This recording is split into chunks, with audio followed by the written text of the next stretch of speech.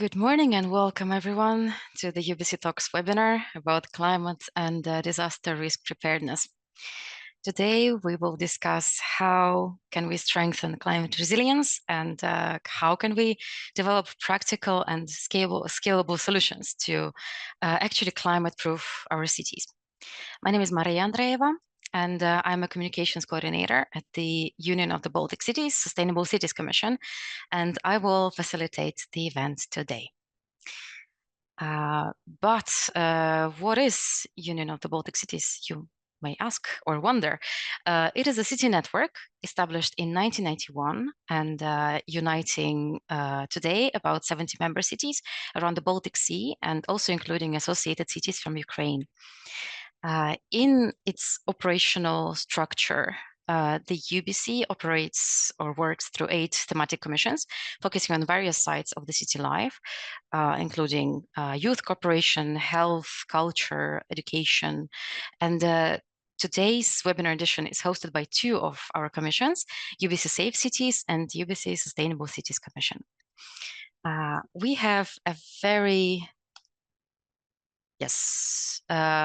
very wide variety of the webinars that you can also explore on our website, ubcsustainable.net, because this is not the first webinar and not the last. This is a series of webinars in which we try to promote the city's excellence in various sustainability and climate topics. And as said before, today we dive into climate.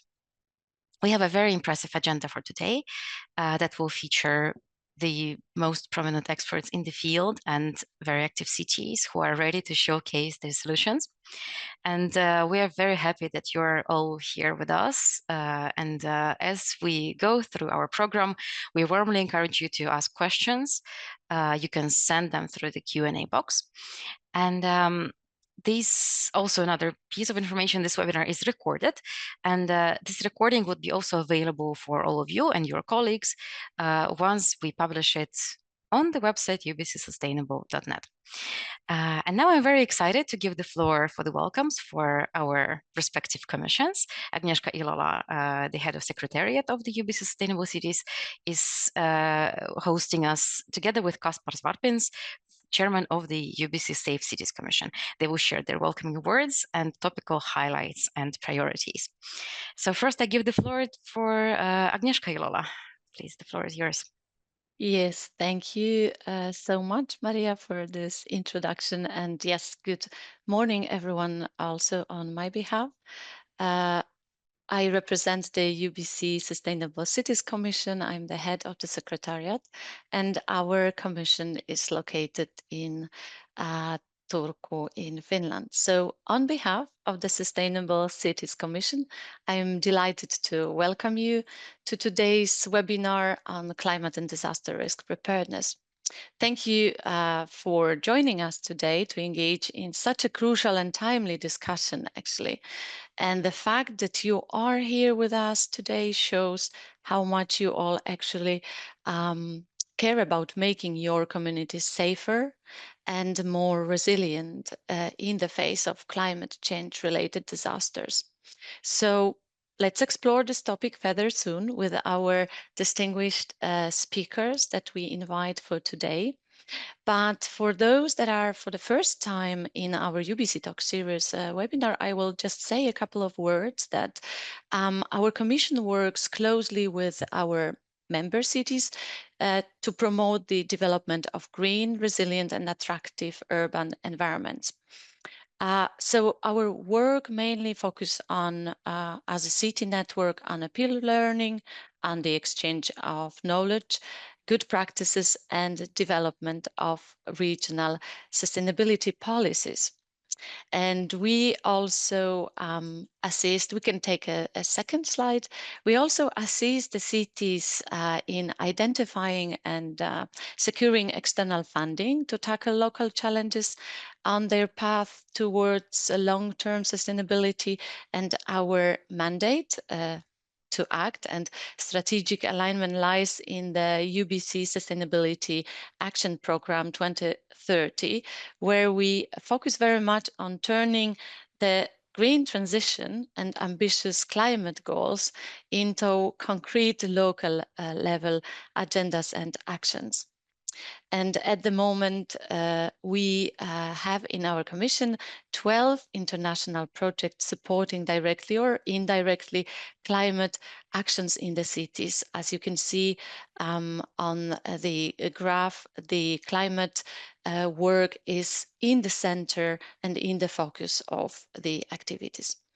And actually, today we will be focusing pretty much on the climate response project, which is the directly supporting the cities in the climate and disaster risk preparedness. So for today's webinar, we brought together experts, policymakers, and practitioners from this very recently launched climate response project, which is funded by the Interreg Baltic Sea Region Programme and led by the Council of the Baltic Sea State Secretariat. The Climate Response Project helps cities reduce climate and disaster risks and improve their response to extreme weather events, as well as build long-term regional climate resilience through targeted strategies and trainings. In a short while, some of the climate response partners present here with us today from the Council of the Baltic Sea State Secretariat, from Gävle and Kristiansand, will share with you their solutions to climate and disaster risk preparedness. And we in our commission, we think that this topic is extremely important. We will focus, of course, quite many activities and events in the future on the climate change adaptation. And we will share with you a lot of different opportunities how to join our commission work and support this important activity. And therefore, I would like to invite you to register also to our upcoming Sustainable Cities Commission meeting and a Climate Budget Summit taking place on 1st to 3rd September in Malmo, where we will explore further the successful strategies for climate change and also biodiversity integration into urban governance. So a lot of on nature-based solutions, climate adaptation.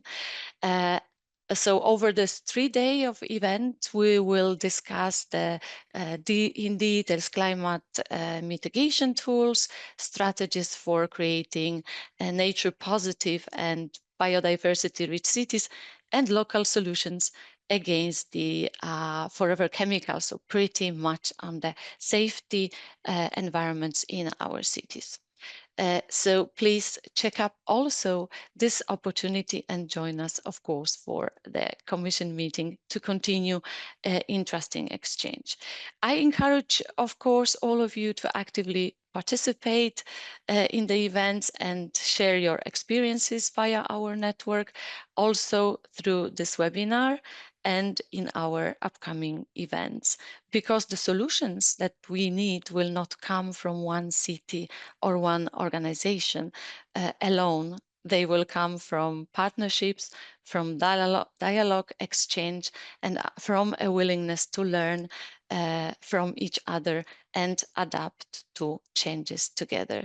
So once again, thank you for being here with us. Thank you for joining the webinar and enjoy the webinar. Thank you so much. Thank you very much, Agnieszka, for the warm welcoming words and invitations. And I instantly pass the mic to Kaspar Svarpins, Chairman of the UBC Safe Cities Commission, for the welcomes on your behalf. Yes, hello. Thank you, Maria, and good morning, everybody who has joined this webinar. And as well, good day, good afternoon, good night to those who are watching this in recording. I hope you will enjoy this and you will have heard good words from the ones who listened it live. So regarding the Safe Cities Commission, so in general, we are practitioners network. In our commission, there are people from different safety fields, starting from fire and rescue services, local polices, civil protection specialists and various safety experts, and we work jointly together to solve some other cities' problems, some of our own problems, share our good experiences, and try to make our region safer and tidier place to live in for our inhabitants. Can we go to the next slide, please? So regarding this topic today about resilience and disaster risk in Baltic Sea region, why this topic is actual and crucial to talk about. So we are facing in our region a range of natural and human-made hazards, starting from extreme weather events.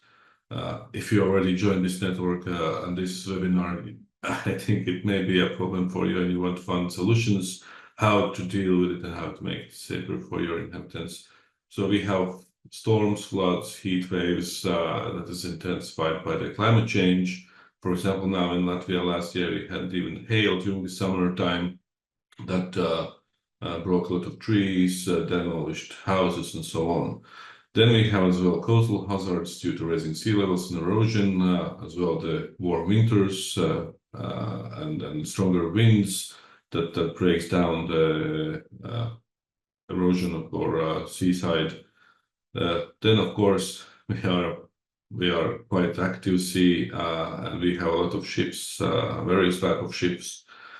So we have technological and industrial accidents, especially in the port cities, that do influence a lot of cities around the coastline that may not have ports on their own. And of course, based on our not so nice neighbor and its activities in the region, we have as well various geopolitical tensions, and they may lead to hybrid threats, disruptions in critical infrastructure. So that's one of the points we have to look at when we think about the Baltic Sea region and the sea itself that may influence not only the coastal cities, but the countries and the region as such in a quite full event. Can we go to the next slide? So what we have done as Safe Cities Commission in work on disaster preparedness, together with the CBSS, the Council of Baltic Sea State Secretariat, and youth organization in Latvia, we had project PA Secure Kids, which finalized this spring. Because we have to start with kids to make them safer, we have to start with the new generation. So we developed a crisis communication with children, guides for including children, and so on. So in the homepage, you may find a lot of helpful information and guidelines how to involve the children in the disaster risk preparedness. Then together with UBC cities and other international crisis management city network from the European level, we have a project connecting resilient cities where we organize 4 conferences through 2 years where we talk about electricity blackouts, crisis communication, sheltering people, and resilient citizens. And we will have a concluding conference this September from 10 to 12 in Rostock, where we will talk about resilient citizens, share our experiences, and the registration is open. Please feel free to come. The registration link is in the resilientcities.eu. So it's about information gathering and sharing. And then we have had being parts in the projects WALA and Bioforest, which is focusing on NGOs, and the Bioforest is focusing more on the youth NGOs, and it's about cooperation between volunteers and local authorities to enhance the society's resilience. And because in case of crisis, the authorities may not have the capacity to solve the problem. So the NGOs, the volunteers, are really important. So that's there is great work as well run by the CBSS now with the cooperation between volunteers and authorities. And as well, we have had some projects needs from Needs to Seeds, Razom, where we were developing the educational programs, e-learning courses for societal security, which are free for everybody to take the knowledge out from the Baltic Sea region. And Project Razom that we bring already to the next level. We cooperate with Ukrainian partners, so we bring the security culture in the region a bit further.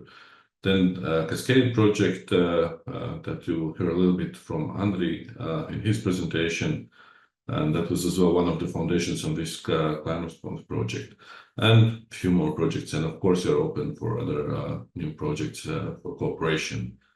And I really hope that you will enjoy this webinar today, and you will gain new knowledge, you will gain new information, and you will maybe find new partners to talk to share the experience, because the most important thing nowadays is sharing, supporting, and helping each other.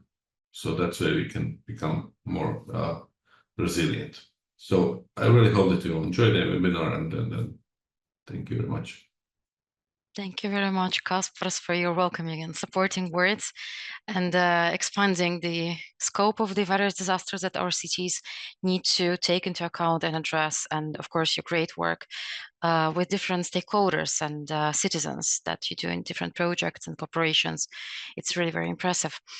And now, these you have now heard from climate side of the things and disaster side of the things, but let's dive deeper into the topic itself.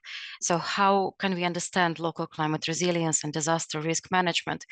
I welcome to the stage Antti Mäkelä, senior scientist from the Finnish Meteorological Institute, who will give us an overview of that very complex but very urgent topic. Yes, thank you, Maria. And can you still hear me? We can hear you. Yes, and I'm sharing my screen, just putting it bigger. If you still confirm that you see the picture. Yes, it works perfectly. Yes, okay. So I'm very glad to be here. So thank you for this honor to asking me and FMI to have this presentation. So my name is Antti Mäkelä. I'm a senior scientist at FMI. So recently, or during the, let's say, most recent 10 years or so, I have been working within Finland, especially to support the usability of climate information, climate model data, and climate model outputs to support the society, cities, the whole nation, whatever, like the businesses, to adapt better, to understand what is changing, and should they react somehow.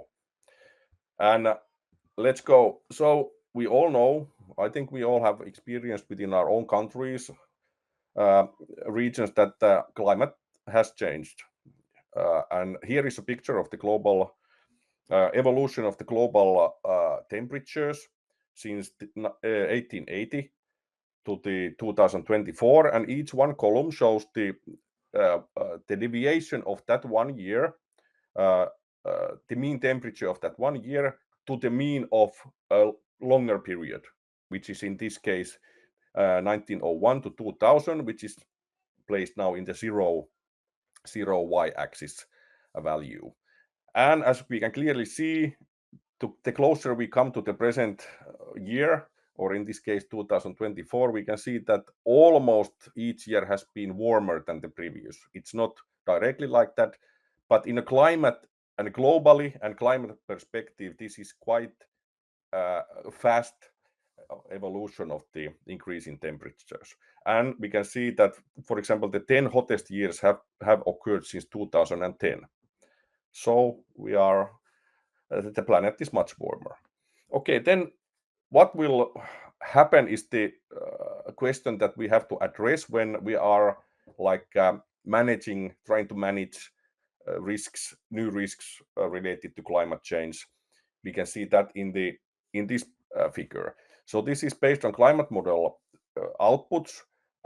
We can see with the black curve how globally how the temperatures have increased for in a historical way, and then these different colored plumes then indicate the possible future climates, global climates or temperatures, if the greenhouse gas emissions evolve in a certain different ways. And the red is the business as usual, so there is a large increase of emissions, and the blue colors are like the Paris Agreement emissions or really good like reductions, efficient reductions globally on the GHG emissions.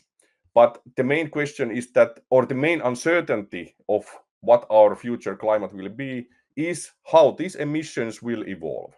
So that is good to understand that, for example, I cannot tell you as a meteorologist what is the correct pathway, what we should take or look or consider correct.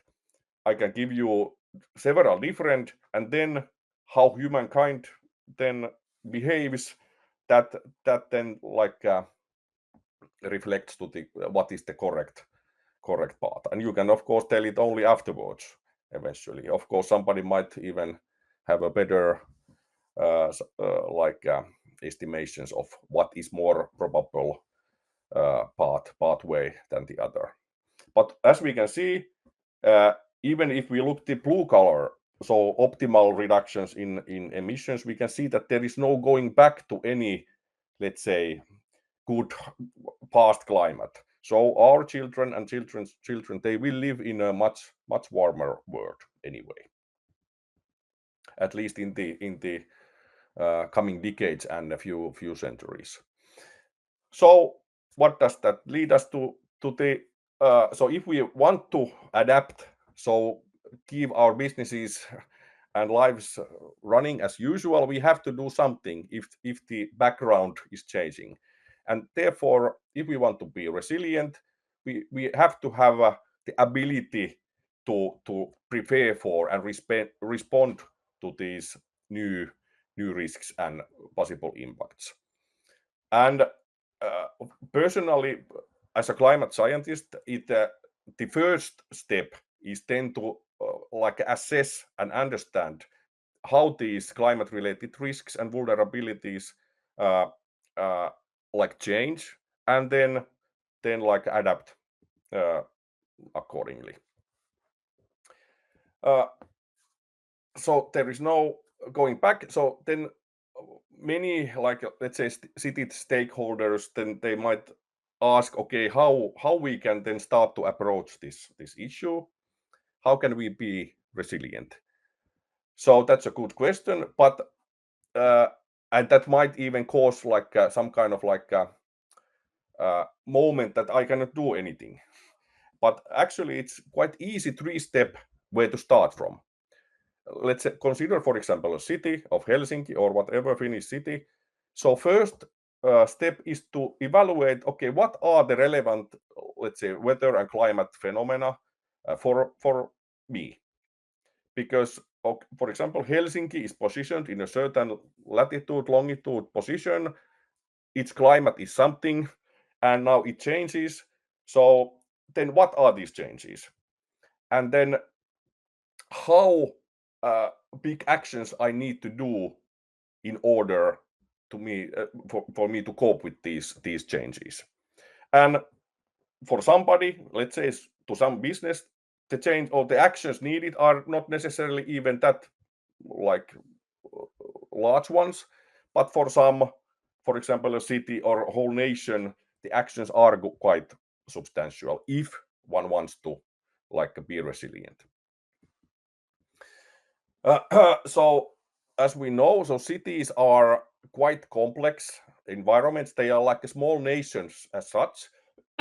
So there are a lot of people living, a lot of businesses within in the city. So if there is some kind of extreme weather event, it usually causes substantial impacts, or the probability that it causes impacts it's much higher than in the middle of a swamp or something.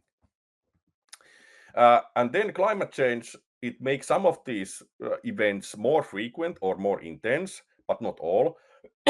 And then we know that the cities, for example, in Finland, they've had already for years the climate change adaptation and risk management. They are highlighted in their strategic documents. But sorry, but do the cities understand what kind of extreme weather and impacts the city can face? So what is the actual understanding? And then how well the cities are prepared for a certain extreme event. And has the extreme event yet occurred? And this extreme, sorry, this extreme event is a good terminology, but actually there is no one single definition for it. So it can be defined based on maximum or minimum or something like that. Then the probability of occurrence, how rarely, how often some value occurs, and then also based on the impacts. So there are many different ways to categorize what is extreme.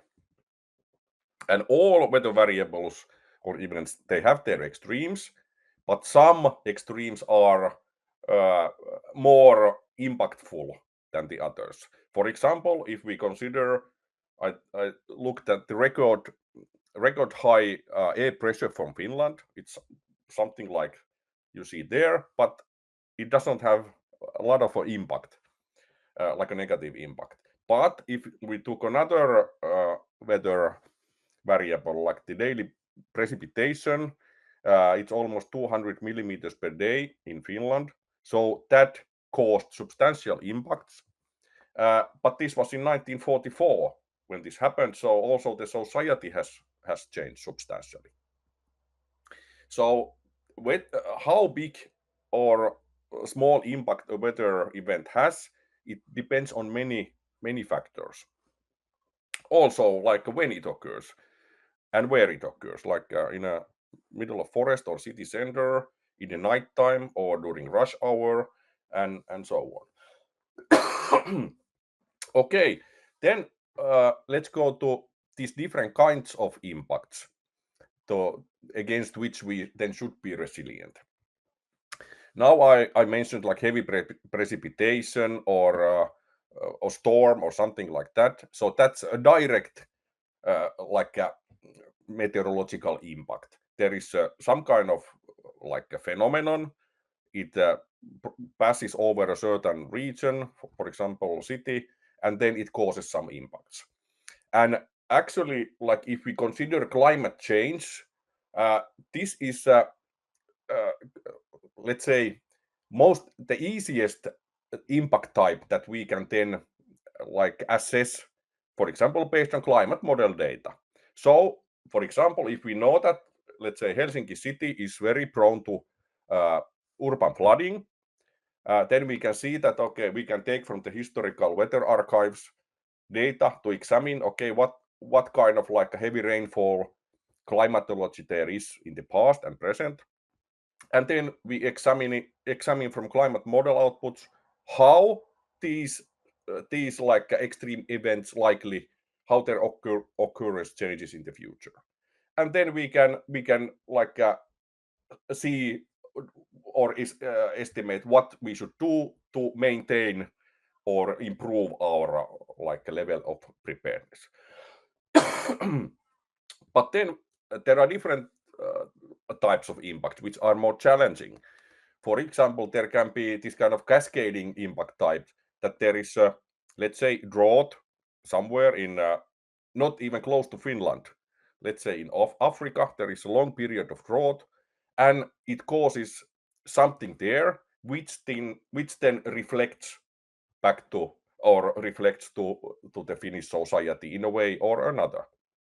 For example, as refugees coming several months later to the Finnish borders, and these type of impacts are much more difficult to like estimate or understand how probable they are and so on. Then we have these transitional impacts, so which are related to these very rapidly ongoing mitigation effects.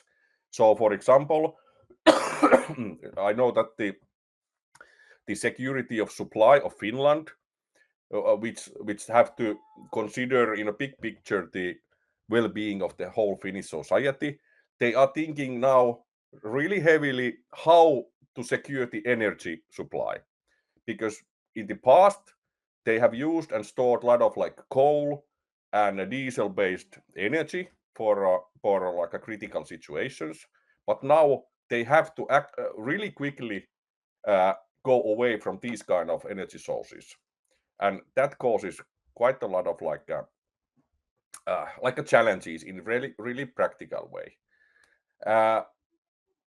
Yes, okay. Then let's go to what kind of information there is to support this to be resilient and to like adapt. Well, I look from the Finnish perspective just to quickly. So there seems to be lots and lots and lots of information, data, reports, policy briefs, different guidelines, web tools, what is the impact of climate change to individual or to city or whatever. So the information is there, but I think the most challenge still, or there is still a challenge that do all those then who do the practical level work to be resilient, do they know still how to exploit this information in efficient way? That's a good maybe question to discuss or think about. Here is a slide, sorry, in Finnish because I couldn't find it in English, but never mind. I just saw a quite good example from the Finnish Ministry of the Environment perspective. So from their climate-proof buildings strategy document, how they have already for many years ago, and then extending to the future, they have considered this kind of strategic roadmap, how to secure that the Finnish future buildings that are built and then the existing buildings, what kind of like actions, new data sets for the architects and so on, what kind of new information is needed to be resilient for climate change. And this is quite good practical example. So it needs this kind of like a thinking in a big perspective, which then is distributed to local actions. Then looking at local examples from Helsinki. So in a few, or I show example from one research project called Long Risk. So where we use this kind of imaginary approach. So we constructed a possible near future extreme event, or actually a whole summer, consisting of different kind of like extremities. And then, so for example, from Denmark we took, or from Copenhagen we took one intense precipitation event, which we know that caused substantial impacts. We took the data and placed it over Helsinki, like the precipitation data over Helsinki, Tampere, and Kotka cities, and then we modeled the hydrological like impacts within these cities. So this kind of event actually has not occurred in any of these cities, but climatologically it could be possible. So it's not impossible. Also, like some like extreme recent year heat wave and poor air quality, like incidences. And then we developed this kind of audiovisual narrative. What happens during few weeks in a like a future possible summer, and then the decision makers within the city, they had to react and discuss with each other. Okay, how would we manage? So what would fail, when, and can we survive? How quickly we can then be back up on our feet, and so on. And for example, this kind of like urban flood simulations were then shown for the decision makers. Also, together with Helsinki, their 3D simulation team, we made a nice looking, fancy like video. Here is one screenshot showing how the very city center of Helsinki would flood in case of this Copenhagen precipitation event. And then from the audience, one city expert actually said within this exercise that there is one fault, because in our video the water looks quite clear, like a clean water, But in Helsinki, actually, there is a mixed sewage system, which means that in this kind of event, actually, there would be waste, like a sewage water coming also to the streets, which could actually be a really big issue in a health perspective. And the higher level city decision makers actually then were totally not aware of this kind of issue. And there was a quite like a nice lengthy dialogue then, okay, what then we should do to avoid this kind of situation. So what are the short-term and long-term options? Okay, I check the clock. Hopefully I'm not over my time, but just to summarize. So we know climate change has progressed very fast, especially during the past few decades, which means that the risks related to climate have also changed to one direction or another. And some risks are more easier to evaluate and assess than others. For example, these kind of cascading risks and impacts, they are a bit more challenging, but could be really like a high level impacts if they realize. And in order to be or become resilient, there clearly is like a need for a risk management. And if like a bigger entity, let's say a society, nation of Finland, if we want to be resilient, it must also propagate somehow to the individual level, because otherwise, if this does not happen, there is a gap, and actually there is no at least efficient resilience. So, and based on these different projects and stakeholder engagement, at least I have been an FMI, clearly the best way is to have a dialogue and like co-created actions to improve the resilience. So thank you. Thank you very much, Antti. Really amazing overview, and thank you very much for making sure that the cities don't feel too overwhelmed with all of this information, but instead I think you managed perfectly to equip all of us with some first steps to follow. There's a question that we've got in the Q&A. Many thanks to Antti for explaining a complex topic in such an understandable way. Is it possible to find more information about the example of climate resilience building guidelines? Finnish is fine. A web link would be helpful. So in case you have that, maybe you could send it in the Q&A as the response. I think you should be able to type the answer directly. Yes. There is information, and hopefully, I hope there would be also in English language, I hope, but not necessarily all material is in English, but at least in Finnish. Yes, but I will look the link and put into the chat. Good question. Perfect, thank you so much. And we could also assemble all of if you have more links also, we could assemble them and put them together with all of the presentations that we will be sharing after all of the webinar. So all of the participants would be equipped with all of the knowledge. There is one more question that I will also ask you now. Thank you for the presentation. Approximately how many working hours does it take to model a flood event in Helsinki? Yes.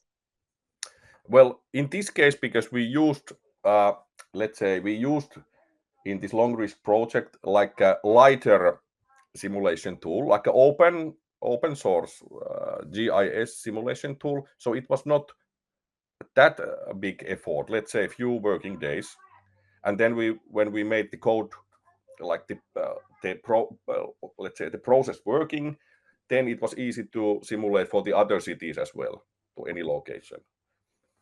So it was not, but this simulation tool that we used, it's not like operational Finnish flood simulation tool, but it's more like for research purposes.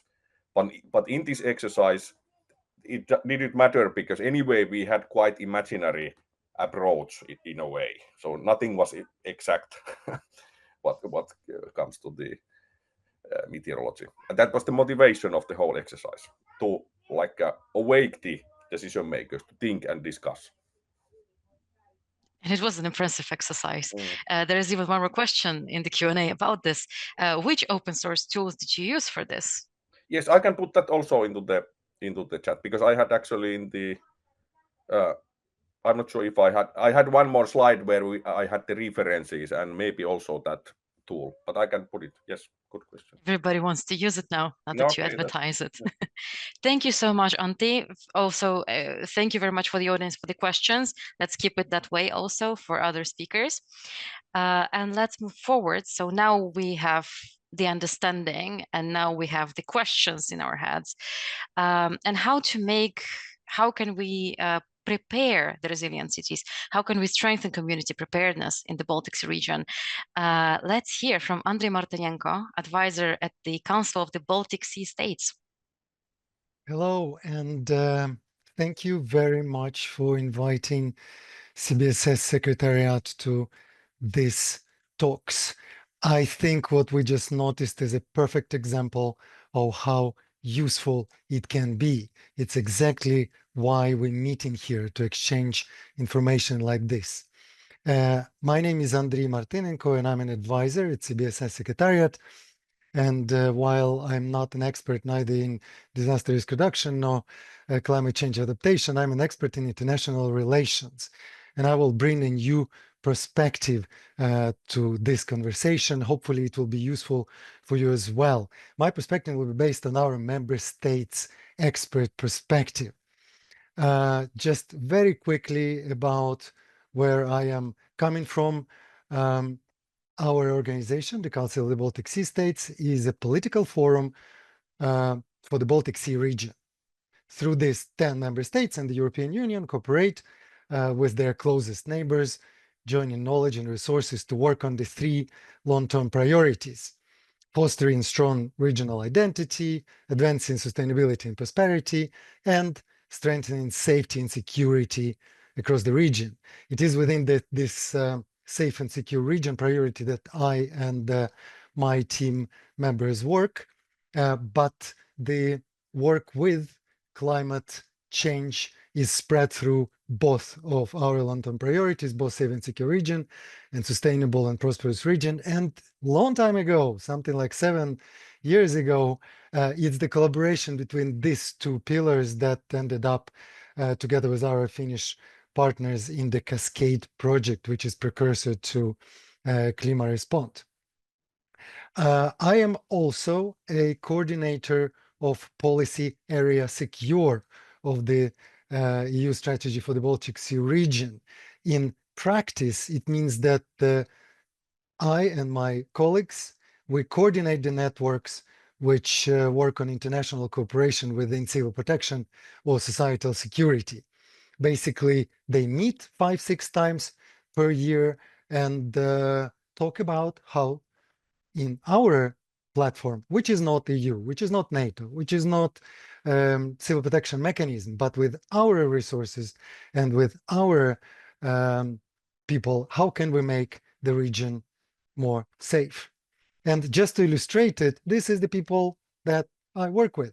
They are emergency management agency, they are civil protection agencies, and to show how seriously we take the municipalities and cities, the UBC Safe City Commission is the permanent member of our Policy Area Secure Steering Group.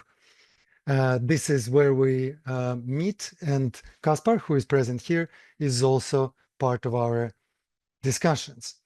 Very quickly about what type of actions we at the Council of the Baltic Sea States and within this policy area secure group doing. I see us as some kind of workers that pump extra energy and money and people into certain important for the whole Baltic Sea region issues, such as the one that we talked today about, like disaster risk reduction and climate change adaptation. We recently have been assisting Ukraine, cooperating with civil society and organizing volunteers across the borders. We work on projects on submerged munitions and the children in use in disaster risk reduction. And our combined efforts together with our sustainable and prosperous colleagues, within the last couple of years, we pumped about 8 million euros into the Baltic Sea region. I think it's quite a good result for a small organization, and it's only because we have partners like you, UBC, and partners like you, different municipalities that are here and part of the consortium. And what I want to say is that it's based on interactions with these people that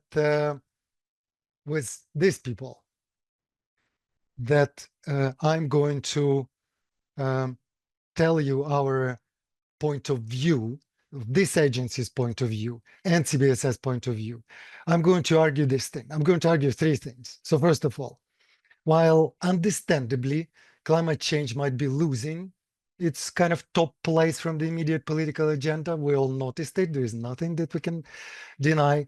It is still not gone from the city's life, and we can and should continue advancing it through a bit different optics, through the optics of local preparedness and resilience. And the second point is the most important work is still done at local level and should be supported with knowledge and money as much as possible. And the third point, international cooperation, things that both we and UBC work with, is one of the most important things to achieve good results here. And local authorities should and will cooperate more on the international arena. And I would want to start with a very important document for our members. It's called EU Preparedness Union Strategy. And it was presented in March 2025. And it, very importantly, we need to remember that it promotes an all hazards approach, recognizing basically that preparedness is not really disaster specific. That the same protocols and the same capacities very often apply, whether it's about floods or about blackouts or about pandemics or about cyber attacks, about military aggression, or even meteor strikes. Very often these things are the same. The strategy also calls for whole of society and whole of government approach. And that means that everyone, from citizens to private companies to civil and military responders, must be involved. Finland is a very good example of such a comprehensive security model. And among 30 actions in this latest EU document there are ones related to population preparedness. For example, improve early warning systems, increase awareness about risk and threats, develop guidelines to reach population self-sufficiency to minimum of 72 hours, promote preparedness in youth programs. And also, it black and white asks EU countries, please work on natural disasters, floods, wildfires, earthquakes, and extreme weather events exacerbated by climate change. So we have our decision makers on the highest level of EU telling us what's important. Important is resilience. Resilience to what? To military actions, but also to climate-induced extreme weather events.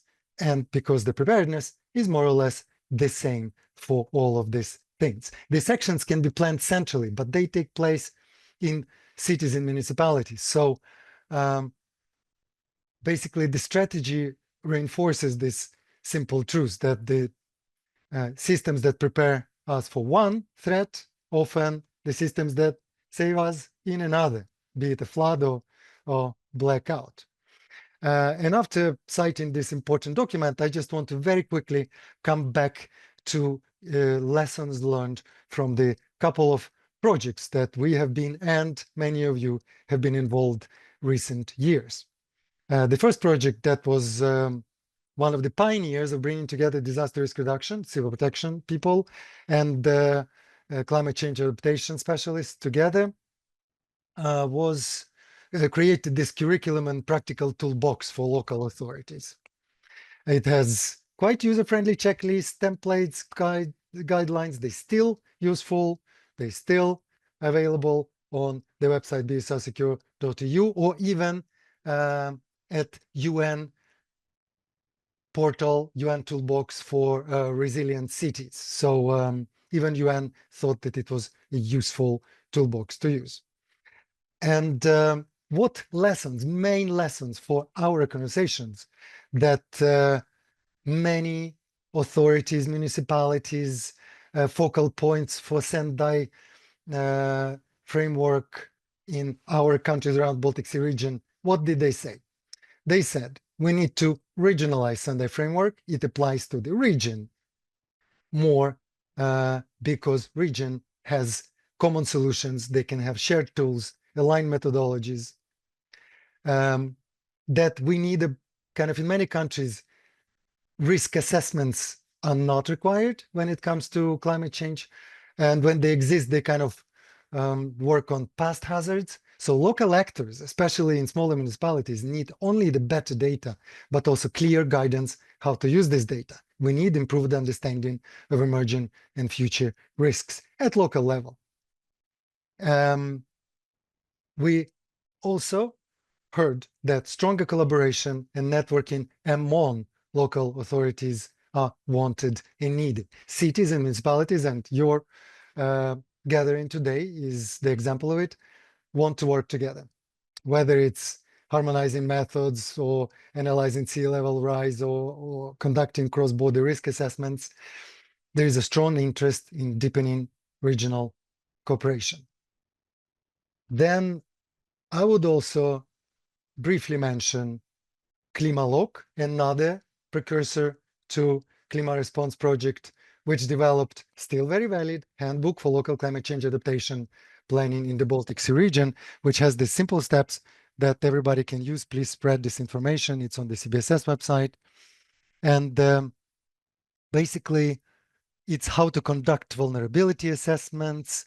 It's a very interesting part of it is identifying climate risk hotspots, such as heat islands or flood-prone areas.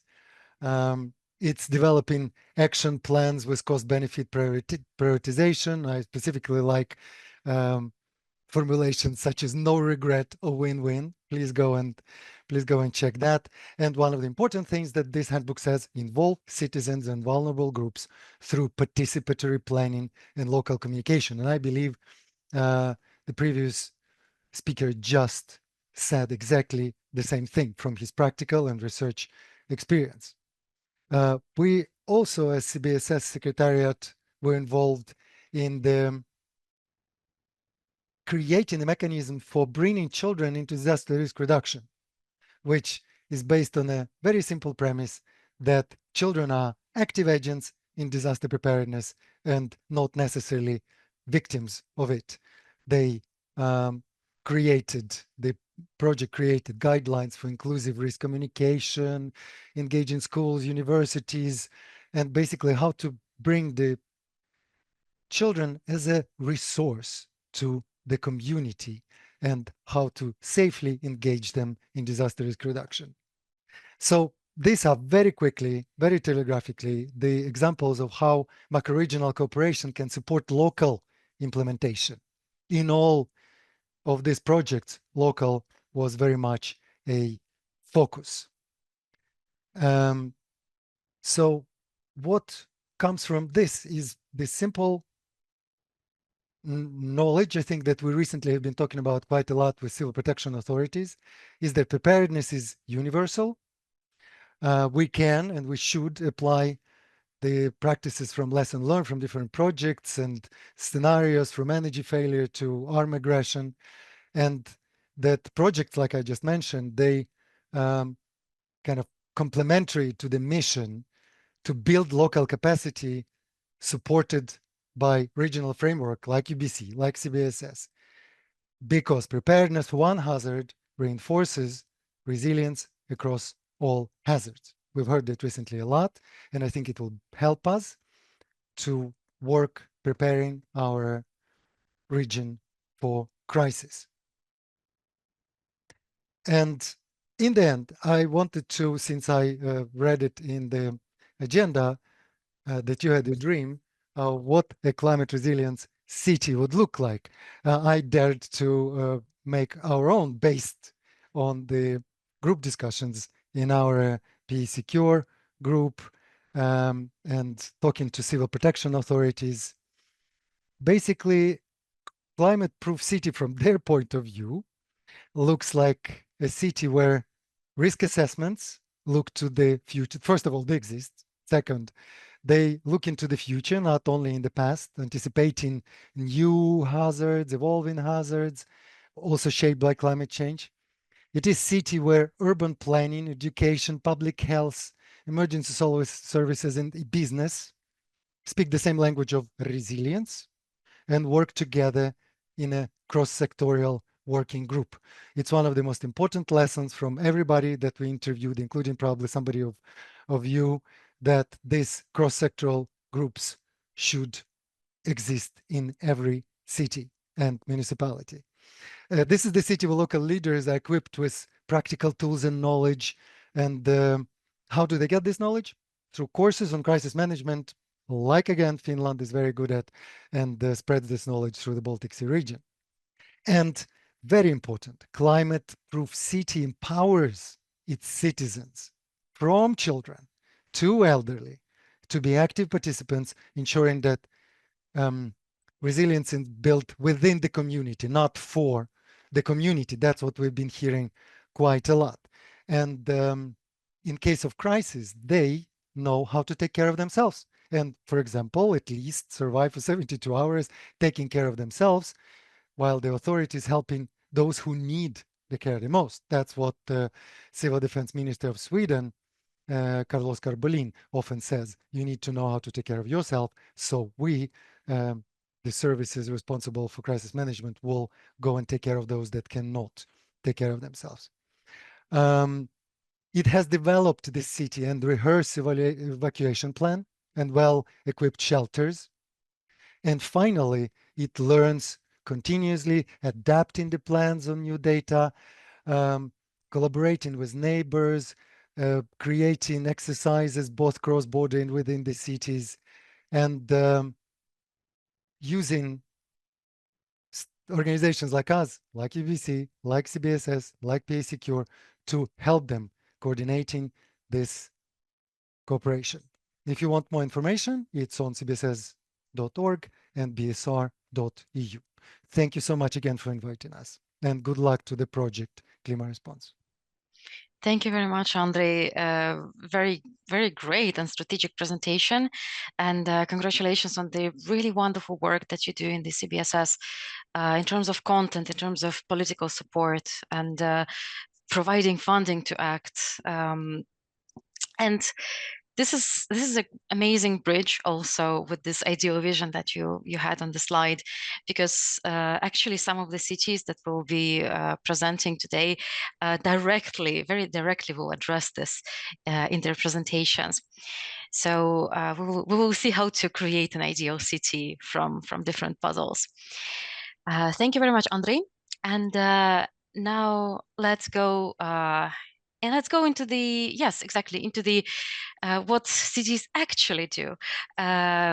We have now a session of showcasing solutions with experts from Gävle, Kristiansand, and Tampere. We will hear from all of them about their actions, strategies, concrete plans, and concrete actions. And then we will get to discuss more with them. And I also warmly invite again all of the participants to prepare and send your questions, because we are here for you also. So hopefully we can answer everything that's on your mind. Let's go into the presentations. So I welcome to the stage Erik Glas, climate adaptation strategist from the Gävle municipality, for the first presentation from Gävle. Well, thank you. We'll just... There we have the presentation also. Okay, thank you. My name is Erik Glas, and I'm the climate adaptation strategist at Gävle municipality. And I'm also assistant professor at Linköping University, where I have a few research projects on climate change adaptation. I have a background in research on climate change adaptation for the last 20 years or so. But now I will focus on the ongoing work with climate change adaptation and disaster risk preparedness in Gävle municipality. And for those who doesn't know Gävle, it's city with about 100,000 inhabitants, located central Sweden on the coast of the Baltic Sea. And we have a lot of experience with extreme weather events for the last years. For example, we have had snowstorms affecting us pretty much. We have had various flood events and heat waves hitting the city. And as a most prominent example, we have a cloudburst in 2021, which was a 1,000-year rain, which is actually an official Swedish record for a measured rain with 162 millimeters of rain within 24 hours and 121 millimeters within 3 hours. And we had more than 5,000 damaged buildings and costs for over 150 million euros in damages. And maybe mostly important here, we have had many critical functions in our municipality being affected. For example, 23 schools and so on. So I will talk a little bit about how we are trying to manage these types of risks within our current work.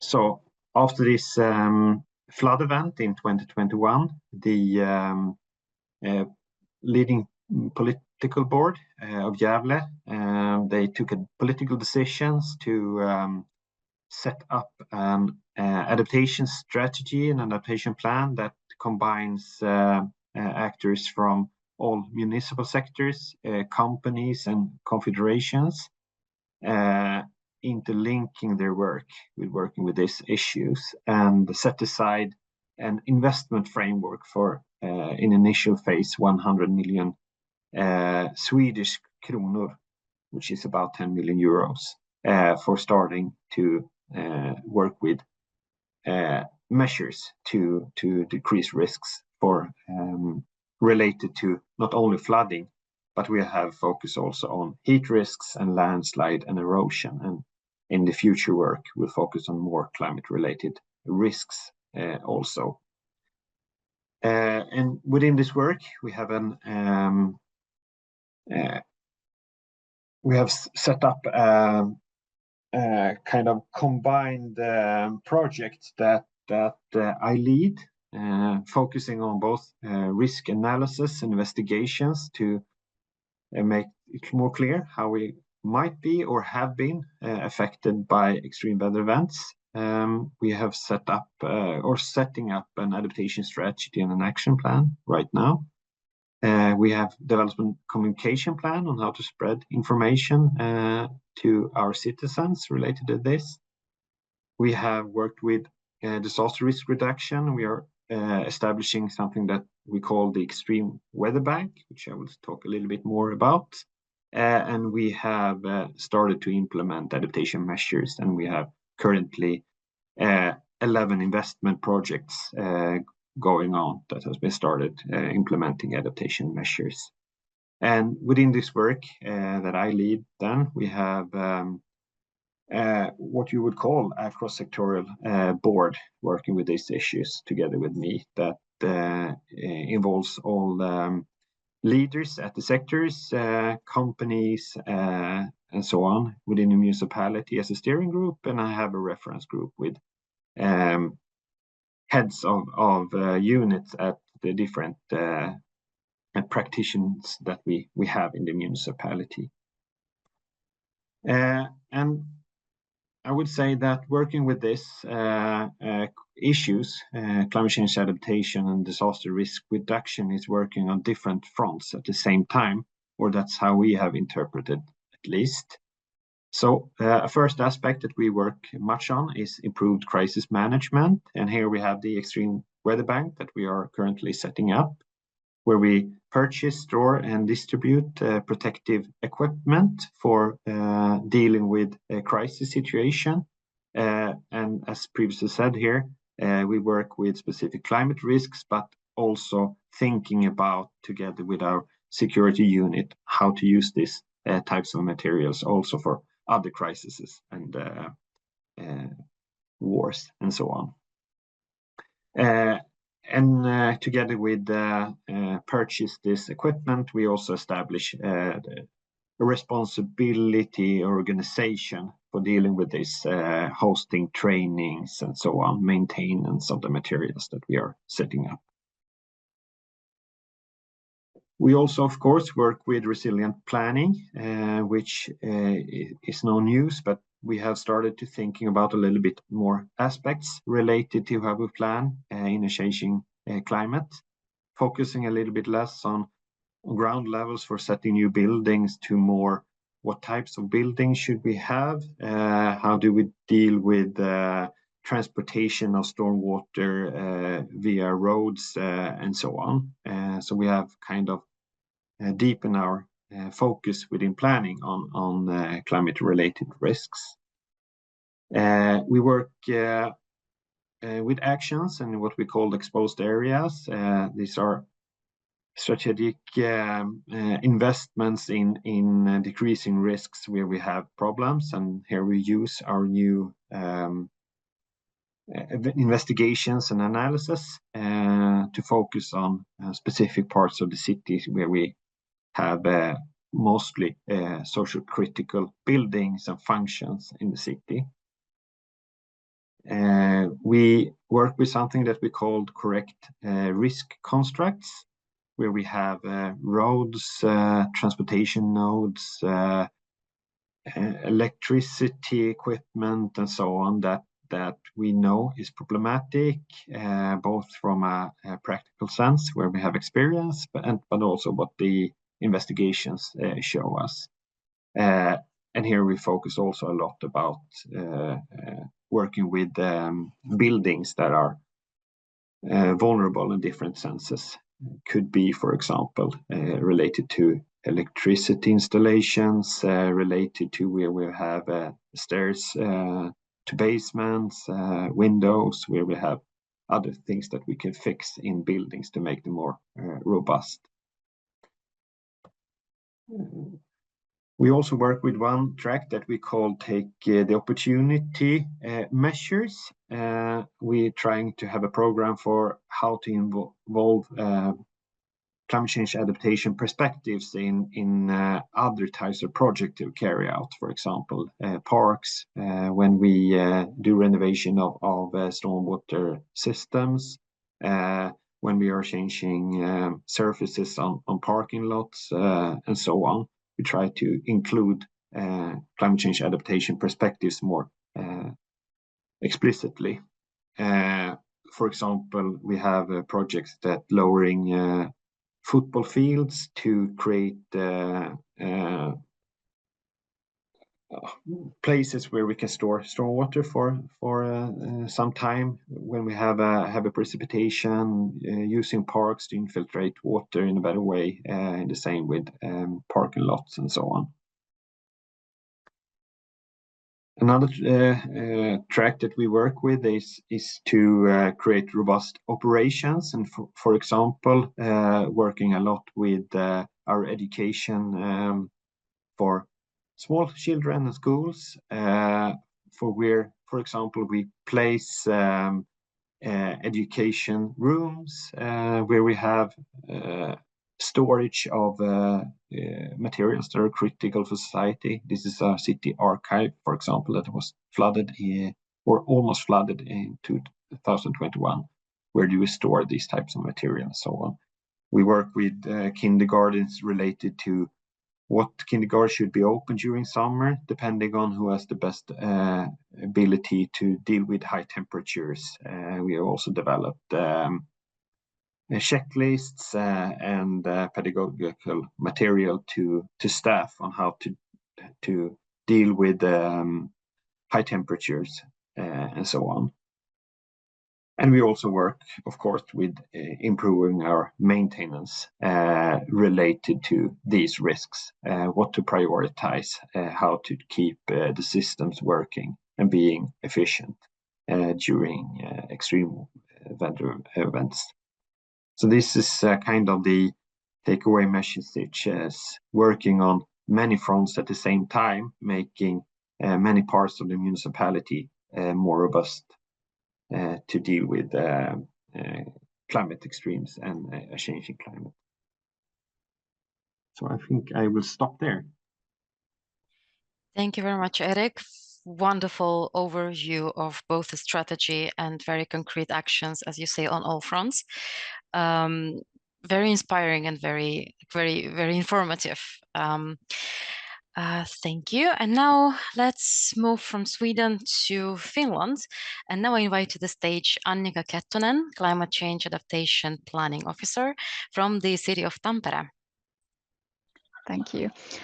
So hello everyone, my name is Annika Kettunen and I work for the city of Tampere in the Climate and Environmental Policy Unit. So Tampere is a city located in the southern Finland with more than 260,000 residents and growing a lot every year. And in this presentation, when I'm talking about Tampere, I'm mostly talking about the inner city, which is the south of Tampere, where most of the residents are located. The northern part of Tampere is very big and it's mostly rural.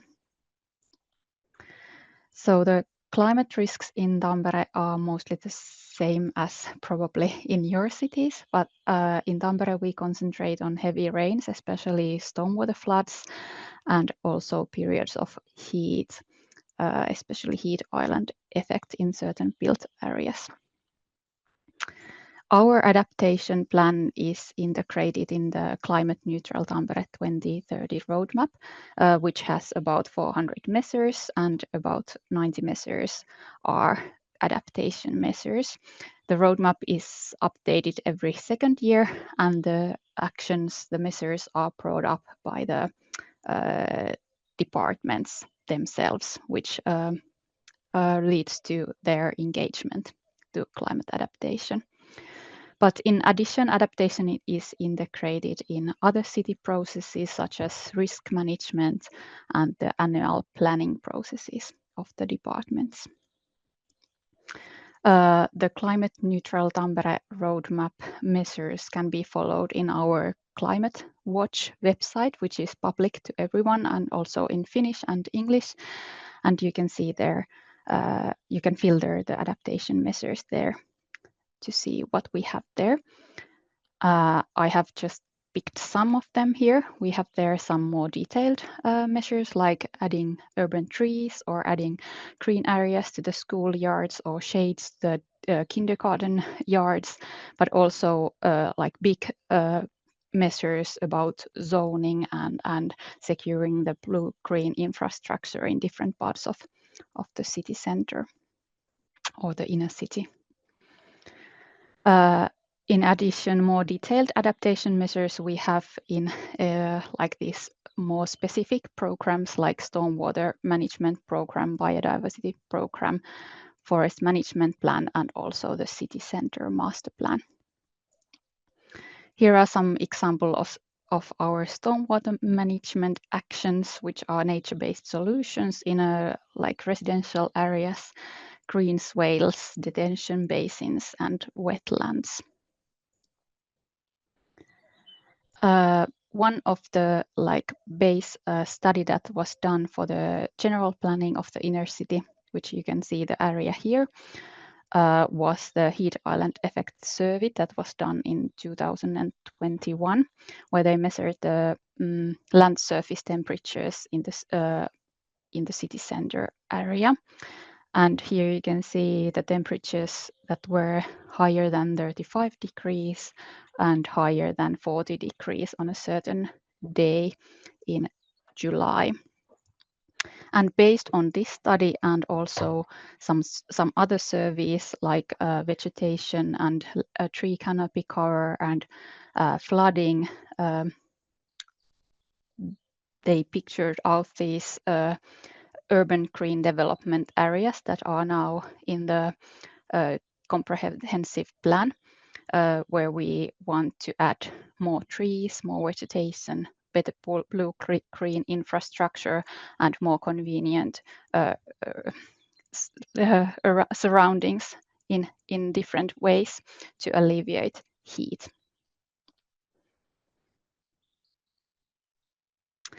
Then we also did the vulnerability analysis in 2023, and the aim was to identify which population groups especially are most vulnerable to risks of climate change and put them on the map and find out what we can do to make them less vulnerable to climate risks, and that way support the well-being of citizens.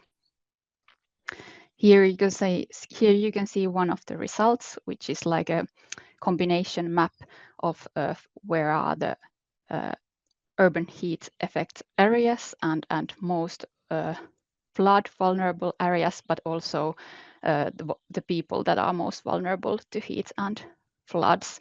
And here the city center, I don't know if you can see my arrow, but this is the city center, and also the other spot is Hervanta, which is one of the biggest residential areas in Tampere. And these are, yeah. And then briefly how we got here. This is like a short summary and introduction to the topic, but now we go a little bit to the history. One important thing was cross-sectoral collaboration and also being involved in international networks. That was how we got the information that climate adaptation is something that we have to start thinking.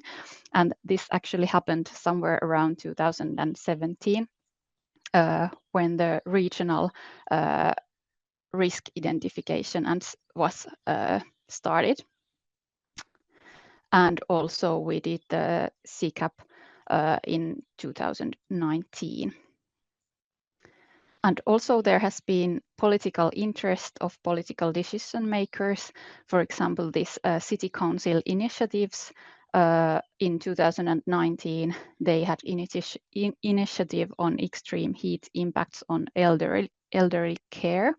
So that's what also started the actions, because we needed to respond to that initiative.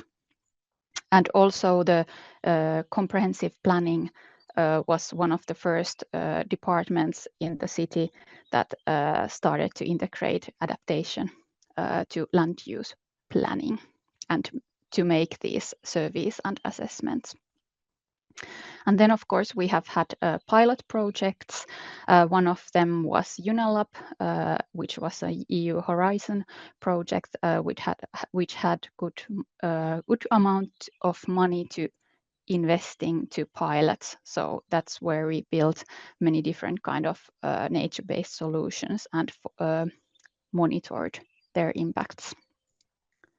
And since that, we have had many other projects, of course, as well. And one of the most important things has been integrating adaptation work to the work of the units that actually do the planning. For example, having the nature-based solutions planning in the green areas department, so that they order, they plan, and they implement. So that I don't just say from here that, hey, we need to do this, but of course we have the development unit as well, where I am working. I hope this was some information for you, and I'm happy to answer if there's something that you want to know more about. Thank you very much, Annika. We will definitely explore all of the plans that you have very helpfully linked. Also very interesting to see how you address the heat islands, and great to see the biodiversity consideration taken into account. Also, it was great to hear the birds as part of the biodiversity program at the background of your presentation. I think it was very lively. And I can only also probably on behalf of UBC and CBSS say, indeed, it's great to hear that international networks bring the knowledge on what to focus on. And hopefully today we also bring some tools or approaches or strategies how to cope with all the challenges that we face. Thank you so much, Annika. And in our presentations, we will move to another Nordic country. And we will hear now from Øyvind Helang, his senior researcher from the Norwegian Research Center in Kristiansand, about their actions. So please go ahead. Thank you, Maria. My name is Øyvind Hellang. I'm a senior researcher. We're working together with the municipality of Kristiansand on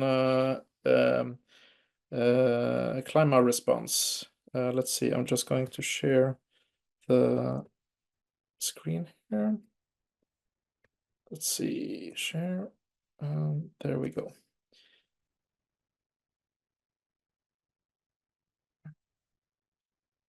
So, municipality of Kristiansand is 100,000 inhabitants in the southern part of Norway, and we're participating in climate response, especially on how to create cross-sectoral work groups, which earlier presentators have touched on. We're facing a lot of different types of issues concerning climate change and also geopolitical issues, and also on concurrent weather events.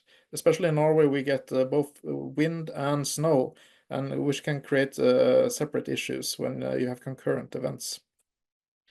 But how to solve this? Well, we see that the municipalities are not the only ones that can do this alone. You have to collaborate. You have to expand your capacity to deal with concurrent weather events.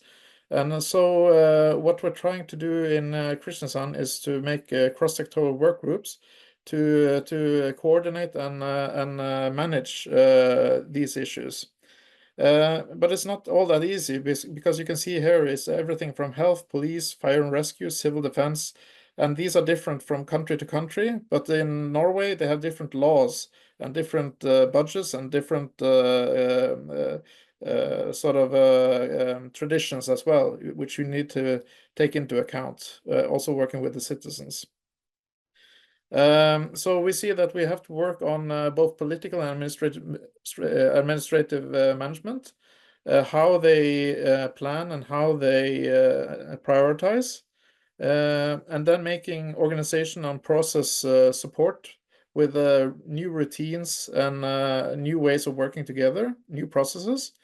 And also system support. How do ICT support create a common way of looking at events and how they evolve over time?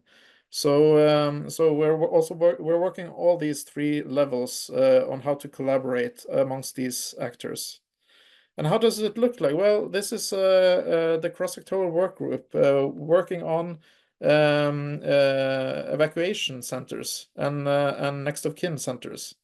So actually here you can see, if you see the arrow, this is the Red Cross and other NGOs.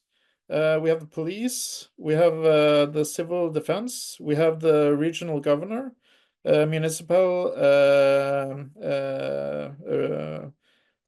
preparedness management of Kristiansand and also neighboring municipalities. And also people who have experience being at evacuation center and what are their perspectives, and we can get their perspectives directly in on how to coordinate all these efforts into evacuation centers. So this is just one way of working together across all these actors and trying to get the best way of planning evacuation centers. So this is the concrete example. And how do they? What is the sort of the risk cycle here? Well, right now they're quite good at planning and executing exercises and evaluating exercises. So they're working together on how to do evacuations, how to plan for flood events and exercise on flood events. But we need to work even more on how to do evaluation, because right now everybody is evaluating their own role and their own organization. They need to work more on how to evaluate across each other's roles as a common evaluation. And also they need to work more on risk analysis, to do common risk analysis, not just from their own perspective, but as across different perspectives. So maybe the police have one perspective, the municipality has one perspective, and NGOs have another perspective on risks. But we need to have a common picture on risks. The next thing we're going to develop is the increased capacity building. Because right now, if you have drones, the fire department has drones, municipality has drones, and NGOs have drones and police have drones, but they are not on the same standards and the same docking systems. That's just one example. Why can't they just buy the same standard docking stations and they can use each other's drones if they have agreements between them? So we're talking about how to increase our capacity across all these participants to get more capacity to when you get concurrent weather events or other critical events. So this is the sort of cycle of risk reduction we're trying to work with, and where these are collaborating in this cycle. We're also using labs where we can do exercises. This is from University of Agder, which is collaborating with us. And this is a room where you can test systems and do exercises virtually. And you have also observation posts within the room, and you can sort of perform exercises in this room. So what we're trying to do in the Baltic Sea region project is to look how to combine climate change adaptation and disaster risk reduction in a cross-sectoral work group. Right now, we're mostly focused on disaster risk reduction, but also we have an internal team in the municipality of Kristiansand, and we want to also have a look at how to connect those to the disaster risk reduction cross-sectoral work group. So we see that we need there are many different contexts in the Baltic Sea region, so we need to have generalizability of the terms of references for cross-sectoral work groups. So we're trying to focus on roles and functions and not organizational units, because that's different in Finland and in Sweden and in Norway and Baltic Sea region partners. So we see that we need to work on generalizing how to combine these resources and these this collaboration, and we need to work on. We're going to produce a model from this tour, and we're also going to make an evaluation sheet for how to do cross-sectoral work group development. So from this project, we hopefully will give some guidelines on how to actually establish these types of cross-sectoral work groups, and especially on how to manage the costs of doing this and the time used, so how to do it efficiently. So that's an example from the municipality of Kristiansand. Thank you. Thank you very much, Øyvind. Also, absolutely wonderful overview, and really great to learn more about this and how you're creating cross-sectoral groups. Best of luck and successes with that. Very important points also mentioned there. We still have maybe some very quick time to take some questions, and we've got some questions from the audience that I will bring up. We got a question to Erik's presentation. So Erik, maybe you could expand a bit more. How do strategic objectives translate into planning in Gävle case? What principles or requirements are set, for example, through master plans or detailed plans, to adapt the space to climate change? Yes, thank you. Big question, but we work on many different strategic documents at the same time now, which I think is a little bit hard, because we need to kind of decide what steering should be applied in different types of documents. So in terms of the holistic plan, which we are developing a new one right now, there we focus a lot on what lands are suitable for different types of buildings and so on. What kind of things do you need to consider if building on these types of land? So there we kind of deal with how suitable different parts of the city is to build on relating to climate risk, or weighing in climate risk more specifically. And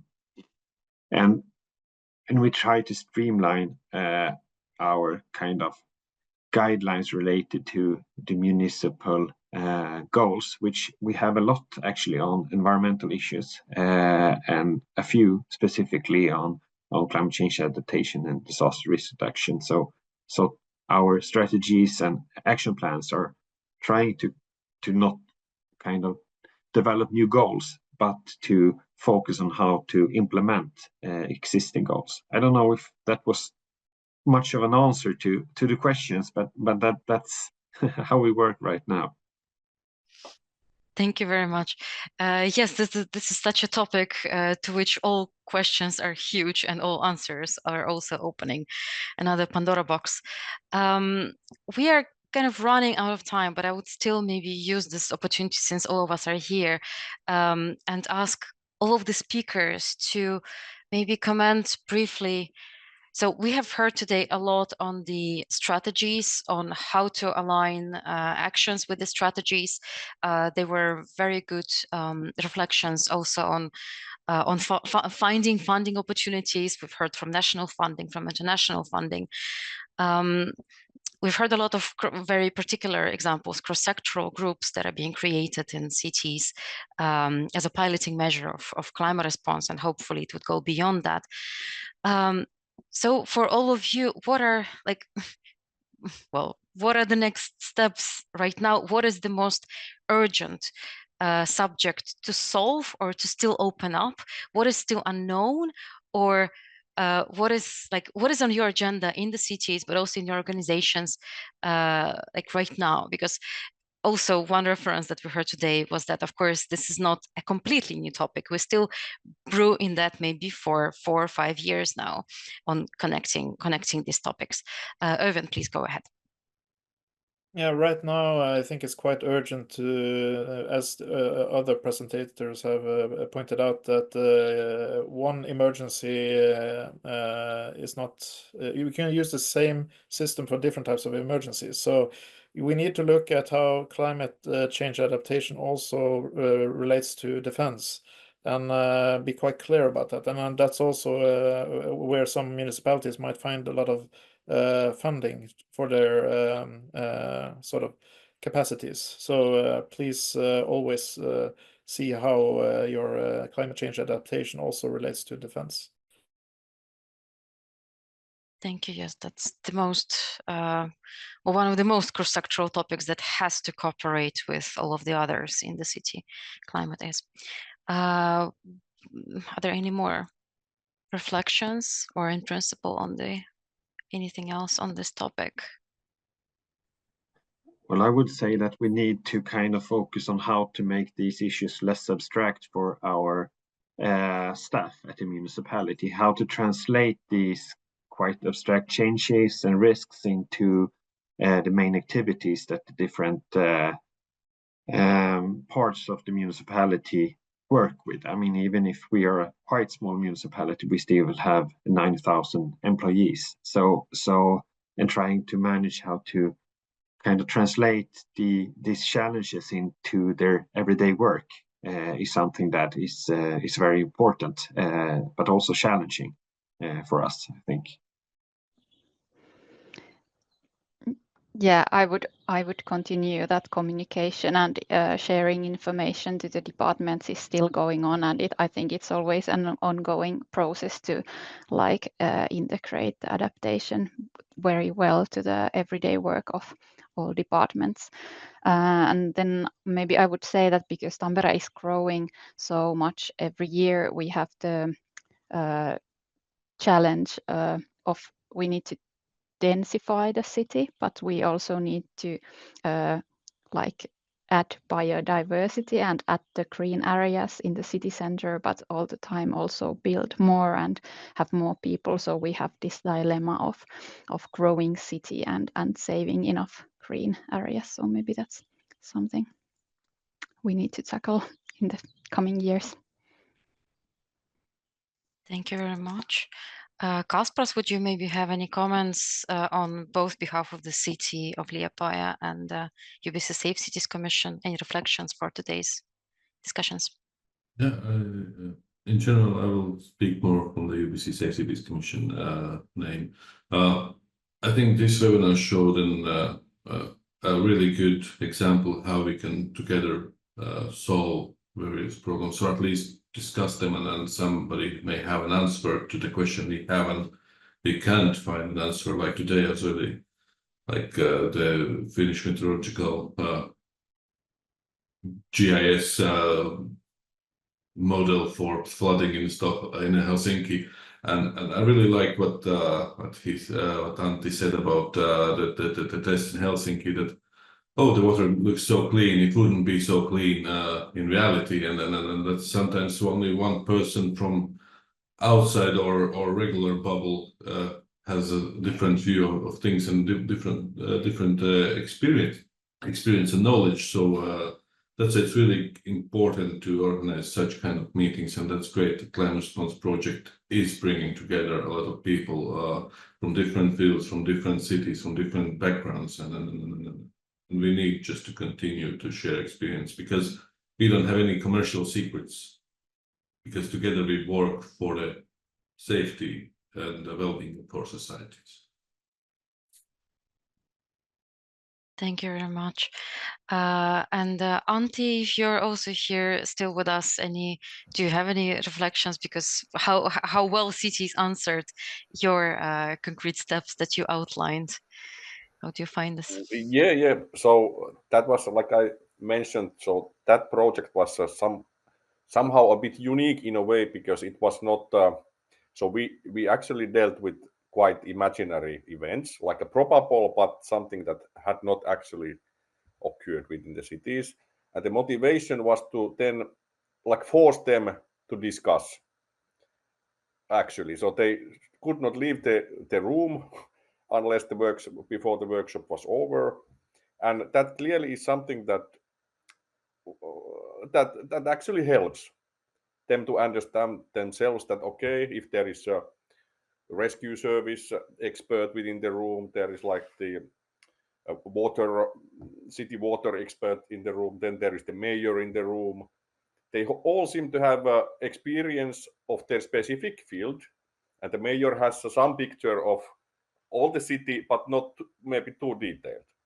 And this kind of like a forced dialogue then makes them to understand better what the city is about, what would fail, and what most importantly, what can be done then to then tackle some critical aspect. For example, this kind of sewage like a mixed sewage system that is in Helsinki, they are now actually slowly trying to renew it in a way that there is like a separate for the sewage and then for the drainage water pipes. It's slow because it's on like an old city. It happens when they are building or like repairing old buildings and such. So then they now take like that issue in consideration when they renew something. But anyway, so I see this kind of like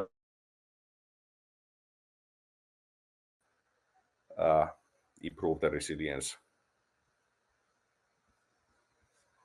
Thank you very much for the reflections.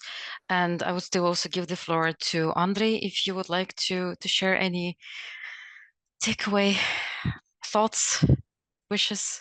First of all, I would like to congratulate the city representatives who shared their stories with us today, because without seeing their presentations, when I was talking about the ideal climate resilient city from the point of view of our steering group of the civil protection, disaster risk reduction people, they already fit that criteria. And I think the only question for us would be, how do we spread this message of simple, low-hanging fruit that would not need so much extra funds, even though they still need funds, or so much extra people, but a way of working, this cross-sectorial based on risk and vulnerability assessments with training for officials and engaged community. How can we spread this to cities and municipalities who need it the most? And I do believe that the Climate Response Project with your UBC and our help will spread this message to cities and municipalities that need it the most. Thank you again for inviting us, and thank you for the fantastic stories. Finally, I have seen the picture of Extreme Weather Bank. I never understood what it is. Now I know. Thank you. Thank you very much, Andrei. Yes, we all learned a lot today. Massive, big thank you to all of the amazing experts that we could learn from today. Big thank you to the audience for the very active participation and true interest in the subject. So we know that we need to continue the collaboration. We need to find the ways to use the existing knowledge and guidelines. And we need to force the dialogue, as we learned, and communicate. So these are the very concrete next steps for us. I think we all noted, and now we know what to do. As I said already, the recording would be available soon on ubcsustainable.net, so you can recap everything from these presentations. You can also, on that website, explore other webinars on other topics. But as we saw today, there is a lot of concern in the region about climate and disaster risk and how to combine them all. So definitely climate resilience would be, again, on our webinar agenda. Likely next year, we will continue this dialogue. We will explore more city cases. So stay tuned. And this is the dialogue that we all need to be part of, and all our city departments need to be part of. So definitely this is a great collaboration ground. Thank you again very much. Thank you all. And yeah, we continue the cooperation.